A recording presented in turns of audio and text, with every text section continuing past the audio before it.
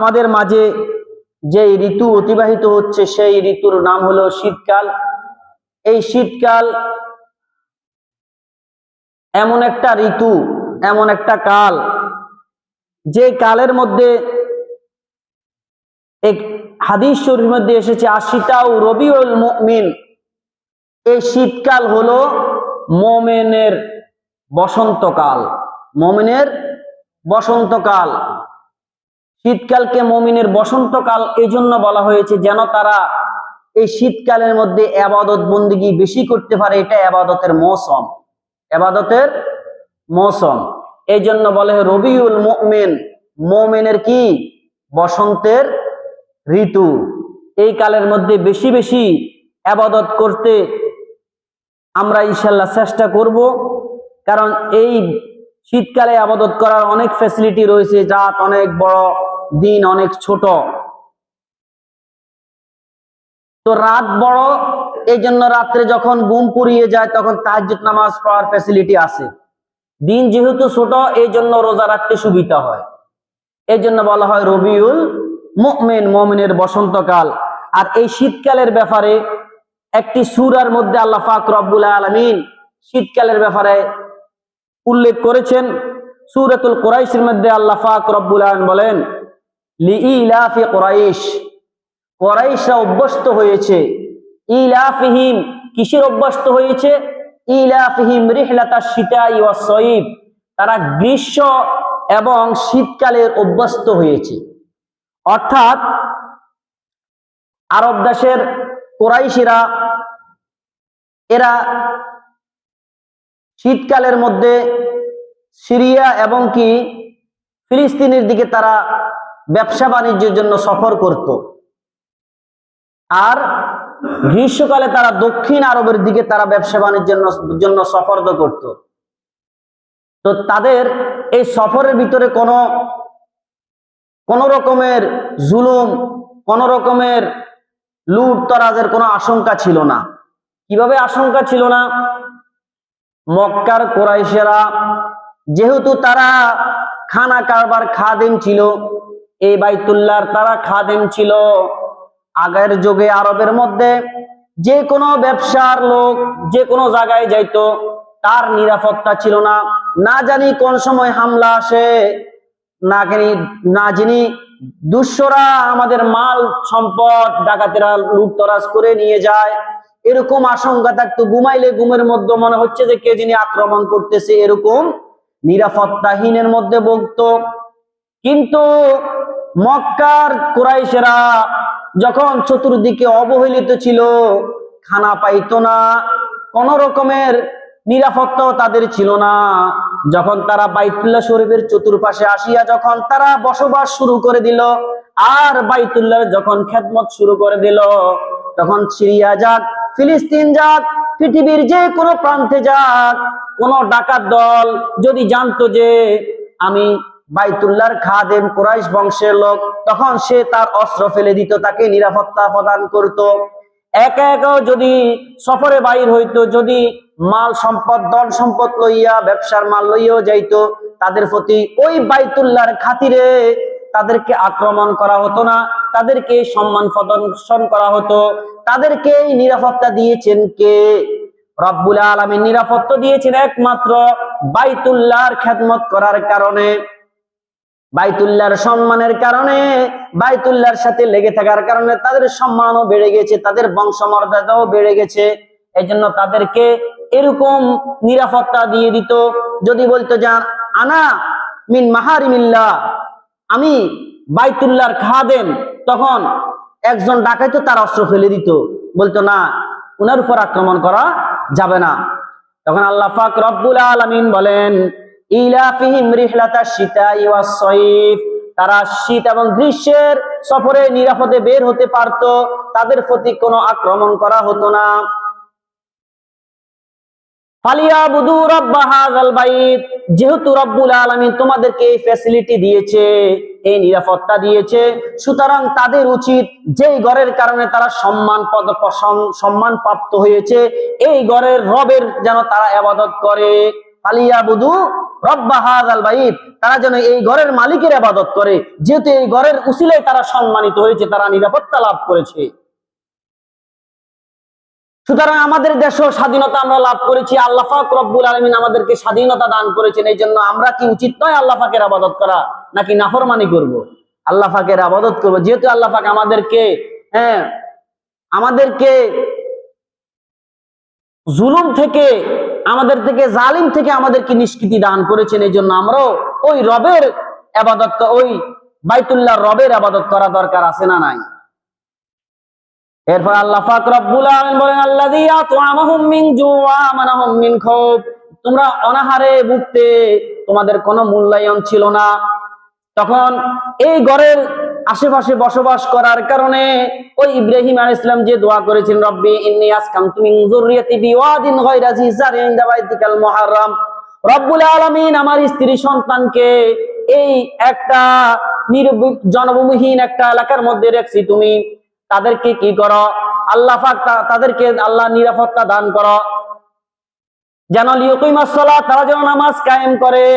ফাজআল আফিদাতাম মিনান নাসি তাহওয়ি ইলাইহিম, মানুষকে তাদের মুখী করে দাও, যেন মানুষ এখানে বসবাস করে। এই ঘরের চতুর্পাশে যেন কি বসতি হয়ে যায়, জনবসতি হয়ে যায়, এটা যেন একটা শহর হয়ে যায়। ওয়ারযুকহুম, এবং আল্লাহ তাদেরকে রিজিক দান করেন, মিনাস সামারাত, ফল ফ্রুট দ্বারা, রিজিক দ্বারা তাদেরকে ভরপুর করে দেন। আজকে আরব কান্ট্রির মধ্যে ওই ইব্রাহিম আলাইহিস সালামের দোয়ার বরকতের কারণে হাজার হাজার ফল ফ্রুটের বাগান আছে না নাই? শুধু ইব্রাহিম আলাইহিস সালামের দোয়ার বরকতের কারণে। তখন এই বরকতটা দিয়েছেন ইব্রাহিম আলাইহিস সালামের দোয়ার কারণে, তাদেরকে রিজিক দান করেছেন, তাদেরকে নিরাপত্তা দান করেছেন। সুতরাং আল্লাহ পাক রব্বুল আলামিন তারা শীত এবং গ্রীষ্মের দোনো মৌসুমের মধ্যে নিরাপদে সফর করতে পারতো, ব্যবসা বাণিজ্য করতে পারতো, কোনো আক্রমণের শিকার হতো না। এই জন্য আল্লাহ পাক বলেন, ফালিয়াবুদু রাব্বা হাযাল বাইত, সুতরাং তাদের উচিত এই ঘরের রবের ইবাদত করা। তাহলে ওখানেও শীতের কথা আছে, যে শীত এবং গ্রীষ্মের মৌসুমে আল্লাহ পাক রব্বুল আলামিন তাদেরকে দুইটা নিয়ামত যে দান করেছেন, এই নিয়ামতের শুকরিয়া হিসেবে তারা যেন এই ঘরের রবের ইবাদত করে। সুতরাং এই গ্রীষ্ম এবং শীত, এই দুইটা জিনিস আল্লাহ পাক রব্বুল আলামিন যে আমাদেরকে দান করেছেন, এই শীত, এটা আল্লাহ পাক রব্বুল আলামিন যে আমাদেরকে দান করেছেন, এই জন্য আমাদেরও উচিত যে আল্লাহ পাক রব্বুল আলামিনের ইবাদত বন্দেগী করা। শীত এটা কোথা থেকে আসলো, কেন আসলো? শীতটা আসলে একটা জাহান্নামের নিঃশ্বাস। জাহান্নামের কি নিঃশ্বাস? জাহান্নাম আল্লাহ পাক রব্বুল আলামিনের কাছে আরজ করলো, রব্বুল আলামিন আমার আযাব এত বিভীষিকাময় করেছে রব্বুল আলামিন, আমার একটা অংশ আর একটা অংশকে খেয়ে ফেলে, আমি নিঃশ্বাস নেওয়ার মতন আমার কোনো সুযোগ হয় না। যেরকম ভাবে প্রেসার কুকারের মধ্যে যেরকম ভাবে ভাত যখন রান্না করা হয়, যখন বাষ্প যখন যাইতে না পারে, তখন এটা কি হয়, এটা বাষ্প হওয়ার সম্ভাবনা থাকে। এই জন্য পরবর্তীতে এখান থেকে একটা ধোঁয়া বাহির হয়, যেন বাষ্পিত না হয়, এটা যেন বাষ্প না হয়। আল্লাহ পাকের কাছে দোয়া করলো, রব্বুল আলামিন আমি নিঃশ্বাস নেওয়ার মতন কোনো আমার কি নাই, আমার নিঃশ্বাস নেওয়ার মতন কোনো সুযোগ নাই, আমার আগুন এত কঠিন, আমার আযাব, আমার জাহান্নাম এত কঠিন হয়ে গেছে যে আমার একটা অংশ আর একটা অংশকে খেয়ে ফেলছে। জাহান্নামের মধ্যে শুধু গরমের আযাব এমন নয়, আগুনের আযাব এমন নয়, শীত ঠান্ডারও আযাব আছে। কি আছে? কঠিন থেকে কঠিন ঠান্ডারও আযাব আছে। তখন আল্লাহ পাক রব্বুল আলামিন জাহান্নামকে দুইটা নিঃশ্বাস নেওয়ার জন্য অনুমতি দিলেন। একটা নিঃশ্বাস হলো গরমের মধ্যে, গরম যখন প্রচন্ড হয়ে যায়, হাদিস শরীফের মধ্যে এসেছে, আবরিদু বিজ-যুহুরা, তোমরা যোহরকে একটু ঠান্ডা করে পড়ো, একটু দেরিতে পড়ো। ফাইন্না ফাইয়ুহু মিন ফাইয়ি জাহান্নাম, যেহেতু এই গরমটা হলো জাহান্নামের গরম। আর প্রচন্ড শীতের মধ্যে এই শীতটা দিয়ে আসলো, জাহান্নামের একটা আযাব আছে শীত, ঠান্ডা। এই ঠান্ডা নিঃশ্বাস যখন ফেলে তখন প্রচন্ড ঠান্ডা পড়ে। জাহান্নামকে আল্লাহ পাক রব্বুল আলামিন দুইটা নিঃশ্বাস ফেলার জন্য অনুমতি দিয়েছেন, একটা হলো গরমকালে আর একটা হলো শীতকালে। এই শীত এবং গরম দিয়ে আল্লাহ পাক রব্বুল আলামিন আমাদেরকে বুঝাই দিয়েছেন, আমাদেরকে অ্যালার্ট করতেছেন, ওই জাহান্নামের কথা স্মরণ করিয়ে দিচ্ছেন, ওরে বান্দা এই শীত তো শীত নয়, এটা হলো জাহান্নামের একটা নিঃশ্বাস। তুমি ওই জাহান্নামের কথা স্মরণ করিয়া আমার নাফরমানি থেকে বেঁচে থাকো, আমার ইবাদত করো, আমার অবাধ্য হইও না, আমার কাছে জাহান্নাম থেকে তুমি মুক্তি চাও। ফজরের পরে মাগরিবের পরে তুমি পড়বে আল্লাহুম্মা আজিরনি মিনান নার, আল্লাহুম্মা আজিরনি মিনান নার, আল্লাহুম্মা আজিরনি মিনান নার। এইভাবে তুমি 7 বার পড়বে, আল্লাহ আমাকে জাহান্নাম থেকে মুক্তি দান করেন, আমাকে জাহান্নাম থেকে মুক্তি দান করেন। এভাবে 7 বার পড়বে। জাহান্নাম আমাকে, আমার জাহান্নামের আগানোর কথা এই শীত স্মরণ করিয়ে দেয়। এই জন্য ভাইয়েরা আমার, এই শীতের মৌসুমকে আমরা গনিমত মনে করার দরকার। এই শীতের মধ্যে কষ্ট করে যদি ওযু করি, নামাজ পড়ি, তাহলে আমার জিন্দেগীর সমস্ত গুনাহ খাতা মাফ করে দিবেন কে? আল্লাহ পাক রব্বুল আলামিন মাফ করে দিবেন। এক হাদিসের মধ্যে এসেছে, আন আবি যার রাদিয়াল্লাহু তাআলা আনহু আন্না নবী সাল্লাল্লাহু আলাইহি সাল্লাম, হযরত আবু যার রাদিয়াল্লাহু তাআলা আনহু থেকে হাদিসটি বর্ণিত, রাসূল সাল্লাল্লাহু আলাইহি সাল্লাম শীতের মৌসুমে বের হয়েছেন। খারাজা ফি শিতাই ওয়াল ওয়ারাকু ইয়াতাহাফাতু ফাহাযা বিগুসনিন। রাসূল সাল্লাল্লাহু আলাইহি সাল্লাম যখন শীতের মৌসুমে বাইর হইলেন, তখন একটা গাছ থেকে শীতের মৌসুমে পাতাগুলা ঝরছিল। তখন রাসূল সাল্লাল্লাহু আলাইহি সাল্লাম সামনে অগ্রসর হইয়া আবার জোরে না দিলেন, আরো বেশি পাতা ঝরতে লাগলো।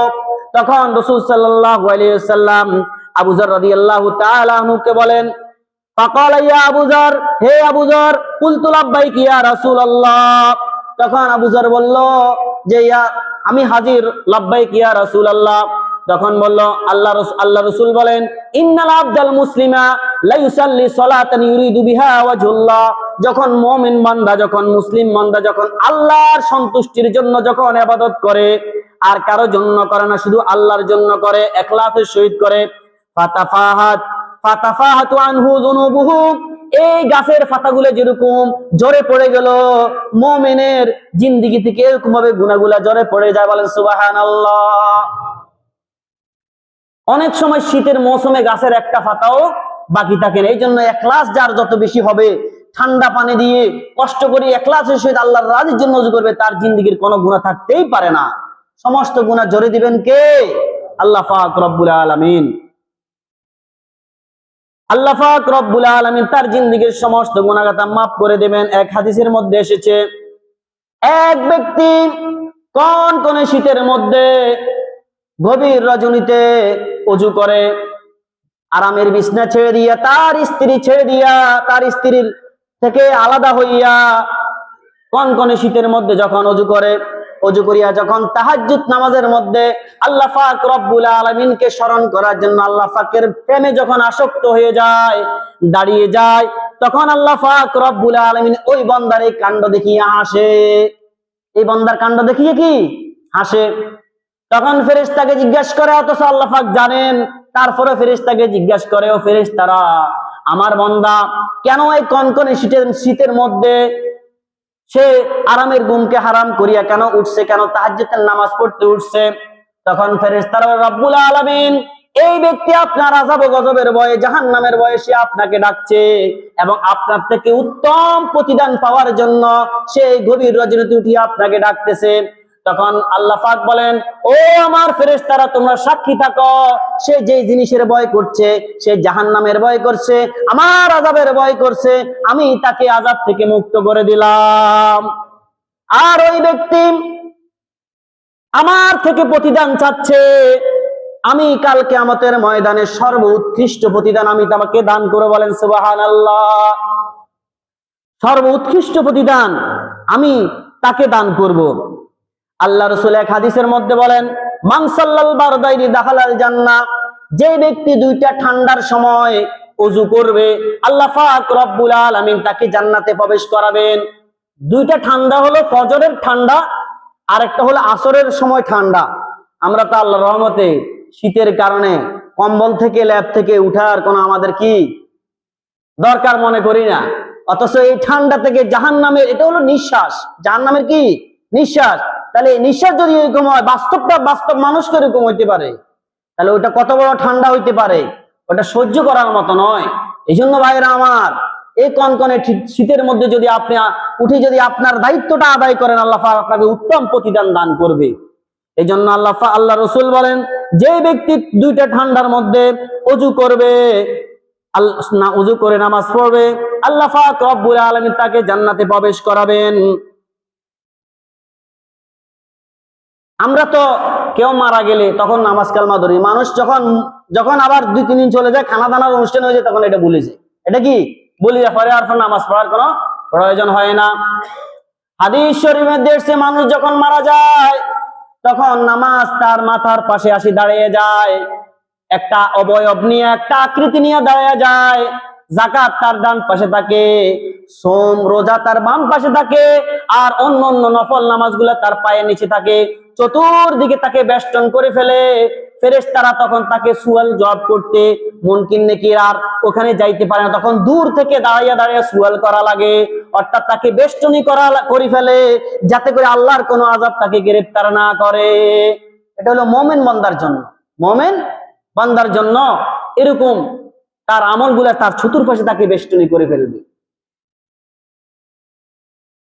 আল্লাহ রাসূল সাল্লাল্লাহু আলাইহি ওয়াসাল্লামের হাদিসের মধ্যে ইরশাদ করেন, মুমিন বান্দা যে ওযু করে, ওযুর জায়গাগুলা কাল কিয়ামতের ময়দানে ঝিকঝিক করে জ্বলতে থাকবে, নূর হবে, আলো হবে। আল্লাহ রাসূল সাল্লাল্লাহু আলাইহি ওয়াসাল্লাম কিয়ামতের ময়দানে হাজার হাজার উম্মত, হাজার লক্ষাধিক নবীর উম্মত, এই উম্মতের মধ্যে উম্মতে মুহাম্মাদিয়া কিভাবে চিনবে, তাদের সাইনবোর্ড কি হবে, তাদেরকে কিভাবে চিনবে? তখন আল্লাহ রাসূল বলেন যে গোররাম মুআজ্জালিন, অর্থাৎ আমার উম্মতে মুহাম্মাদির একটা বৈশিষ্ট্য থাকবে, তাদের ওযু স্থানগুলা জ্বলতে থাকবে, ওযু স্থানগুলা দিয়া নূর বাইর হইতে থাকবে। তখন আমি বুঝে ফেলবো যে এটা আমার উম্মত, এটা আমার উম্মত। এখন আমার ঠান্ডার ভয়ে ওযু করার দরকার নাই, ঠান্ডার ভয়ে ওযু করার দরকার নাই নাকি? না, দরকার আছে। আল্লাহ পাক আমাদেরকে তৌফিক দান করেন। হযরত উসমান রাদিয়াল্লাহু তাআলা আনহু থেকে হাদিসটি বর্ণিত, রাসূল সাল্লাল্লাহু আলাইহি ওয়াসাল্লাম ইরশাদ করেন, কিয়ামতের দিন মানুষ যখন এক জায়গায় জমা হবে, তখন আল্লাহর ফেরেশতারা, আল্লাহর ঘোষণাকারীরা ঘোষণা দিবে, ওই সমস্ত লোকেরা কোথায়, ওই সমস্ত লোকেরা কোথায় যারা আল্লাহর ভয়ে ইবাদত বন্দেগী করেছেন, আল্লাহ পাক রব্বুল আলামিন এটাকে সাড়া দিয়েছেন, গুনাহ থেকে পরহেজ করেছেন, এবং কি সুখে দুঃখের মধ্যে, অর্থাৎ সচ্ছলতায় অসচ্ছলতায় আল্লাহ পাককে ভুলে নাই। আমারে আল্লাহ নিয়ে আমারে গরিব বানাইতে আছে, আল্লাহ নিয়ে আমারে এই রোগ দিছে, আল্লাহ অন্য কারো দিতে পারলো না। না না না, ওই ব্যক্তি ধৈর্য ধারণ করেছে এবং কি সবর করেছে, আল্লাহর প্রশংসা করেছে এবং কি আল্লাহকে ভুলে যায় নাই, তখন তাকে ডাক দিয়া বলবে যে ওই সমস্ত লোকেরা কোথায় যারা সুখে দুঃখে আর রবকে বলে নাই।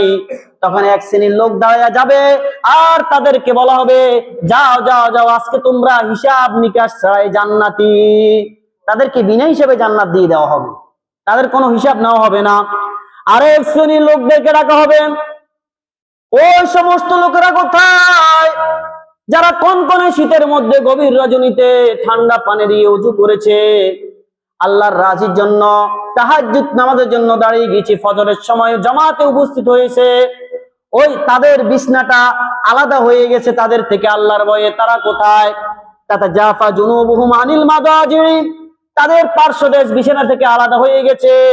আল্লাহ পাককে বলে, আল্লাহ পাক রব্বুল আলামিনকে ডাকে, ইয়াদউনা রাব্বাহুম খাওফান ওয়া তামা, ভয় এবং আশা নিয়ে, জান্নাতের আশা নিয়ে, জাহান্নামের ভয় নিয়ে আল্লাহকে ডাকে। ওই সমস্ত লোকেরা কোথায়?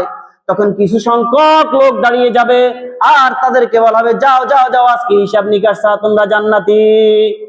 তাদেরকে জান্নাতি চলে যাওয়ার জন্য বলা হবে। আরেক শ্রেণী লোকদেরকে ডাকা হবে, ওই সমস্ত লোকেরা কোথায় যাদের ব্যবসা বাণিজ্য ধন দৌলত, তাদেরকে আল্লাহ পাক রব্বুল আলামিনের জিকির থেকে, নামাজ থেকে বিরত রাখে নাই। ব্যবসা থাকা অবস্থায়ও তারা হয়তো চা বিক্রি করতো, কিন্তু 5 ওয়াক্ত নামাজ কাস্টমার ফালাইও 5 ওয়াক্ত নামাজে জামাতের সাথে উপস্থিত হয়, এরকম লোক আছে না নাই?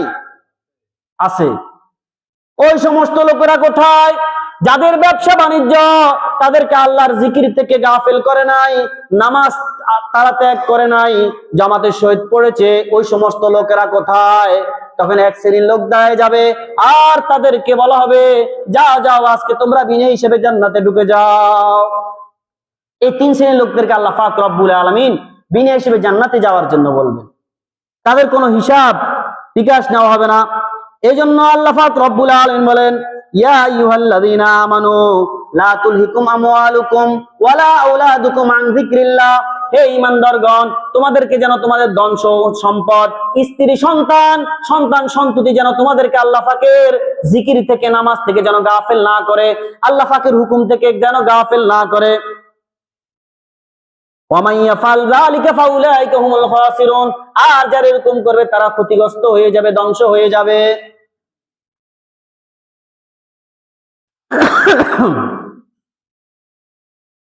কিয়ামতের দিন কিছু মানুষ আল্লাহ পাকের কাছে ওযর করবে, রব্বুল আলামিন, তুমি না আমাকে অসুস্থ দিয়েছো, অসুস্থতার মালিক তো তুমি, আমি অসুস্থ থাকার কারণে নামাজ পড়তে পারি নাই, তোমার ইবাদত করতে পারি নাই, তাহলে এটা তো আমার কোনো দোষ নাই, তাহলে তুমি আমাকে কেন শাস্তি দিবা? তখন তার মোকাবেলায় হযরত আইয়ুব আলাইহিস সালামকে দণ্ডায়মান করবেন। আমার আইয়ুবের দিকে দেখো, তার এমন রোগ হয়েছে, শেষ পর্যন্ত আমাকে ডাকার জন্য জিহ্বাটা পর্যন্ত পোকা খেয়ে ফেলছে, তাহলে সে এক মুহূর্তের জন্য আমার ইবাদত থেকে গাফেল হয় না, তুমি কি আমার আইয়ুব থেকে বেশি রোগান্বিত হয়েছো কিনা? আরেক ব্যক্তি বলবে, রব্বুল আলামিন, আমাকে তুমি ধন সম্পদ দিয়েছ, টাকা পয়সা দিয়েছ, এগুলো তো তোমার নেয়ামত, তুমি না দিলে আমি পাইতাম না, এই জন্য আমি তোমার ইবাদত বندگی করতে পারি নাই, তুমি এগুলা দেওয়ার কারণে। তখন বলবে, আমার সুলাইমান নবীকে আমি সারা বিশ্বের রাজত্ব দান করেছি, তুমি কি সুলাইমান থেকে বেশি ধনী হয়ে গেছো নাকি? সুলাইমান আমার নবী এক মুহূর্তের জন্য আমাকে ভুলে যায় নাই, আমার ইবাদত থেকে গাফেল হয় নাই, আমার নাফরমানি করে নাই, তাহলে তুমি কি সুলাইমান নবীর থেকে বেশি বড় লোক হয়ে গেছো কিনা, বেশি ধনী হয়ে গেছো কিনা, ধনাঢ্য হয়ে গেছো কিনা? তখন তার কোনো অভিযোগ করার কোনো সুযোগ আর থাকবে না। আরেক ব্যক্তি বলবে, রব্বুল আলামিন, আমি আমার স্ত্রী সন্তানের জন্য চাকরি বাকরি করেছি, আমি কর্মচারী ছিলাম, আমি গোলাম ছিলাম, এই জন্য আমি তোমার ইবাদত করতে পারি, আমার মালিকে আমাকে কি দেয় নাই, অনুমতি দেয় নাই, কারণ আমি যদি রিজিকের তালাশ না করি আমার ছেলে সন্তান অনাহারে ভুগবে, এই জন্য আমি কি করেছি, আমি এই জন্য তোমার ইবাদত করতে পারি নাই। তখন বলবে, তুমি আমার ইউসুফ নবীর দিকে তাকাও, ইউসুফ নবী যখন সে গোলাম ছিল, এক জেলে ছিল, এক মুহূর্তের জন্য আমার ইবাদত থেকে গাফেল হয় নাই, জুলেখা ইউসুফকে কিনে নিয়েছে গোলাম হিসাবে, কিন্তু তারপরে এক মুহূর্তের জন্য রব্বুল আলামিনকে বলে যায় নাই, কুকর্মের জন্য ডেকেছিল, তারপরও রাজি হয় নাই, তাহলে অভিযোগ করার কোনো সুযোগ নাই, অভিযোগ করার কোনো সুযোগ থাকবে না, কেউ কোনো অভিযোগ করতে পারবে না। আল্লাহ পাক রব্বুল আলামিন এক আয়াতের মধ্যে ইরশাদ করেন, ওয়াল্লাযীনা আমানু ওয়া আমিলুস সলিহাতি, যারা ঈমান আনয়ন করার পরে নেক আমল করবে, সানুদখিলুহুম জান্নাতিন তাজরি মিন তাহতিহাল আনহার, আমি রব্বুল আলামিন অবশ্যই অবশ্যই তাদেরকে জান্নাতে প্রবেশ করাবো, খালিদিনা ফিহা আবাদা, আর ওই জান্নাতের মধ্যে তারা চিরস্থায়ী চিরকাল থাকবে, ওয়াদাল্লাহি হাক্কা, আর আল্লাহ পাক রব্বুল আলামিন এই ওয়াদা হলো হক, এই ওয়াদা হলো কি? হক। ওমান আসদাকু মিনাল্লাহি কিলা, আর আল্লাহর থেকে সত্য কথা বলনেওয়ালা আর কে হইতে পারে? কিন্তু আমাদের তো বিশ্বাস হয় না, আমাদের কি হয় না? যদি বলেন হুজুর না বিশ্বাস হয়, কে কয় বিশ্বাস হয় না, তো বিশ্বাস হইলে আমরা ইবাদত কেন করি না, নামাজ কেন পড়ি না, আমাকে বলেন। তাহলে বিশ্বাস হয়, আমল করি না, কি করি না? আমল করি না, মানে এরকম বিশ্বাস আর কি। আল্লাহ পাক আমাদেরকে হেফাজত করেন। কাল কিয়ামতের ময়দানে আমল অনুযায়ী মানুষের আসন নির্ধারিত হবে। আম্মা জান আয়েশা রাদিয়াল্লাহু তাআলা একবার রাসূলকে বলেন, ইয়া রাসূলুল্লাহ, ইয়া হাবিবাল্লাহ, কাল কিয়ামতের ময়দানে মানুষ আল্লাহর রহমত ছাড়া কি জান্নাতে প্রবেশ করতে পারবে না? বলে না, আল্লাহর রহমত ছাড়া কেউ প্রবেশ করতে পারবে না। বলেন, আপনি নবীও কি আল্লাহর রহমত ছাড়া জান্নাতে প্রবেশ করতে পারবেন না? বলে, আমি নবীও আল্লাহর রহমত ছাড়া জান্নাতে যেতে পারবো না। তো বলেন, নেক আমল করার কি প্রয়োজন? নামাজ, কালমা, রোজা, হজ, যাকাত এগুলো কিসের জন্য? তখন বলে এগুলোর দ্বারায় জান্নাতে আসন নির্ধারণ হবে, যার যত বেশি নেক আমল হবে তার তত বেশি আসন উপরে হবে, তার মর্যাদা তত উপরে হবে। দুনিয়াতে যেরকম যার যত বেশি টাকা তার তত বেশি সম্মান, তার তত বেশি অট্টালিকা থাকে, এরকম আখিরাতে যার যত বেশি সওয়াব থাকবে, যার যত বেশি নেক আমল থাকবে, সে তত বেশি জান্নাতের উচ্চ মাকাম লাভ করবে। আল্লাহ পাক আমাদেরকে নেক আমল করার তৌফিক দান করেন। কিন্তু কিছু শ্রেণীর লোক তারা কাল কিয়ামতের ময়দানে জাহান্নামে যাওয়ার পরে তারা আফসোস করবে। আল্লাহ পাক রব্বুল আলামিন এক আয়াতের মধ্যে ইরশাদ করেন, ওয়াহুম ইয়াস্তারিখুনা ফিহা রব্বানা আখরিজনা আমাল সালিহান গায়রাল্লাযী কুননা না'মাল। রব্বুল আলামিন আজকে সচক্ষে তোমার আযাব দেখলাম, আমাদেরকে জাহান্নাম থেকে মুক্তি প্রদান করে দেন, আমরা দুনিয়াতে গিয়ে নেক আমল করব, ভালো হয়ে যাব। তখন আল্লাহ পাক বলবেন, আওয়ালাম নুআম্মিরুকুম 60 70 বছর 80 বছর জিন্দেগি আমি কি তোমাদেরকে দেই নাই? মা ইয়াতাযাক্কারু ফীহি মান তাযাক্কার, তোমাদেরকে কেউ ওয়াজ নসিহত করে এই দিনের সম্পর্কে কি বলে নাই? তোমরা কি শুনো নাই? ওয়াজাকুমুন নাযির, কোন নবী রাসূল কি তোমাদের কাছে আসে নাই? ফাযুকু, আজকে আর কোনো সুযোগ নাই, ফিরে যাওয়ার কোনো সুযোগ নাই। ফাযুকু, আযাব তোমরা গ্রহণ করতে থাকো, আযাবের আযাব আস্বাদন করতে থাকো। ফামা আলিজ জালিমিনা মিন নাসির, জালিমদের জন্য আল্লাহ পাক রব্বুল আলামিন কোনো সাহায্যকারী হবেন না। আল্লাহ পাক রব্বুল আলামিন, আল্লাহ রাসূল সাল্লাল্লাহু আলাইহি ওয়াসাল্লাম বলেন, ইযা মাতাল ইনসান ইনকাতা আমালুহু, যখন মানুষ মারা যায় তখন তার আমলের দরজা বন্ধ হয়ে যায়। তখন আমি যদি কোটি বছরও সুবহানাল্লাহ বলি, এক বিন্দু সওয়াব লেখা হবে না। এই জন্য আমরা আসুন ভাইরা, আমরা এই শীতের মৌসুমে রবিউল মুমিন, মুমিনের বসন্তকাল, এখন ইবাদতের বসন্তকাল যাচ্ছে, আমরা ইবাদত করি। আল্লাহ পাক রব্বুল আলামিন সূরা আসরের মধ্যে বলতেছেন, ওয়াল আসরি, জমানার কসম খাইয়া, সময়ের কসম খাইয়া বলতেছেন, সময় আল্লাহ পাক রব্বুল কাছে অতি দামি, এজন্য সময়ের কসম খেয়েছেন। আল্লাহ যেটার কসম খায় ওটা অনেক দামি হয়, এজন্য আল্লাহ পাক তো সত্য কথাই বলেন, আমার কসম খাওয়ার কি প্রয়োজন? কসম খেয়েছেন এই জন্য, গুরুত্ব বোঝানোর জন্য, যে সময় আমাদের চলে যাচ্ছে, হায়াত চলে যাচ্ছে, কবরের যাত্রী হয়ে যাচ্ছি আমরা। আল্লাহ পাক ওয়াল আসরি বলেন, ওয়াল আসরি, সময়ের কসম, ইন্নাল ইনসানা লাফি খুসরি, দুনিয়ার সমস্ত মানুষ ধ্বংসের মধ্যে আছে, কিন্তু যারা 4টা কর্মসূচি পালন করবে তারা ধ্বংসের মধ্যে নাই। 4টা কর্মসূচি, 4টা কর্মসূচি। ইল্লাল্লাযীনা আমানু, যারা ঈমান আনবে, 1 নম্বর। 2 নম্বর, ওয়ামিলুস সলিহাতি, যারা ঈমানের পরে আবার নেক আমলও করবে।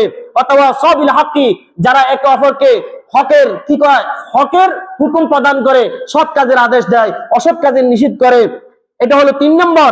4 নম্বর হলো অথবা সবই সবরি, একে অপরকে ধৈর্য ধারণের কি করে, ধৈর্য ধারণ করার জন্য একে অপরকে হুকুম করে, আদেশ করে যে তোমরা ধৈর্য ধারণ করো। ইবাদত করতে ধৈর্য আছে না নাই? শীতকালে ইবাদত করতে কষ্ট না? এই যদি ধৈর্য ধারণ করে না, হাদিসের মধ্যে এসেছে যে ব্যক্তি বিপদে আপদে ধৈর্য ধারণ করবে, আল্লাহ পাক তাকে 300 গুণ সওয়াব দান করবেন। কয়শো গুণ? যে ব্যক্তি ইবাদতের মধ্যে ধৈর্য ধারণ করবে, সবর কষ্ট করে ইবাদত করবে, আল্লাহ পাক তাকে 600 দরজা দান করবে। কয়শো দরজা? আর যে ব্যক্তি গুনাহ থেকে ধৈর্য ধারণ করবে, গুনাহ করতে মন চায়, সে গুনাহ করে না আল্লাহ পাকের ভয়ে, তাকে আল্লাহ পাক 900 গুণ দরজা দান করবেন। আল্লাহ পাক রব্বুল আলামিন যে কথাগুলো বলা হয়েছে, আমাকে আপনাকে এই শীতের মৌসুমে বেশি বেশি নেক আমল করার তৌফিক দান করেন।